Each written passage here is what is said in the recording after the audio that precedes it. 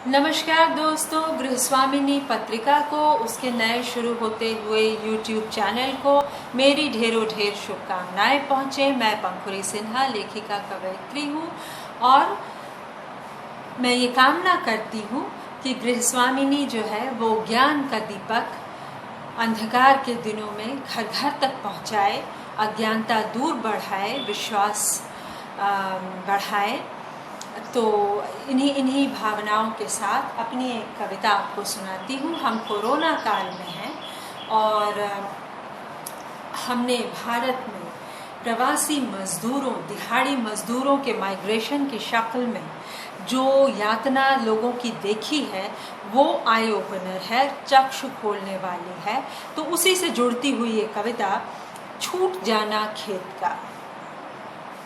और छूट गया था फिर से उगते पालक वाला मेरा खेत, पहली कटाई के बाद के उगते पालक वाला मेरा खेत, अन्न उखड़ी मूलियों वाला खेत, दूसरों के लिए छूट गई थी फसल, मेरी पहली खेती की फसल वाला मेरा खेत, नई नवेली दुल्हन की भरती गोद सा मेरा खेत, मेरी उजड़ती बंजर बनाई जाती उम्र में नई कोपलों वाला मेरा खेत, छूट गया था महानगर को प्रस्थान में, मेरे ही विदेश गमन में, विदेश जिसने लिया ही लिया था, ले लिए थे उसने इस ज़मीन के सारे अंकुर अपने बही खातों के लिए, और मुझसे छीन लिया गया था मेरी विदेशी ज़मीन का भी वृत्त।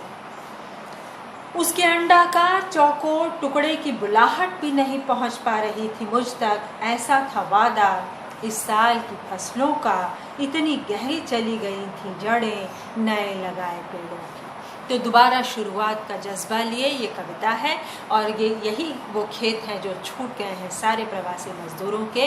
जैसा कि गांधी कहते थे, भारतवर्ष की आत्मा गाँवों में रहती है। तो हम एक बार फिर पुनर्निर्माण करें, इसी कामना के साथ बहुत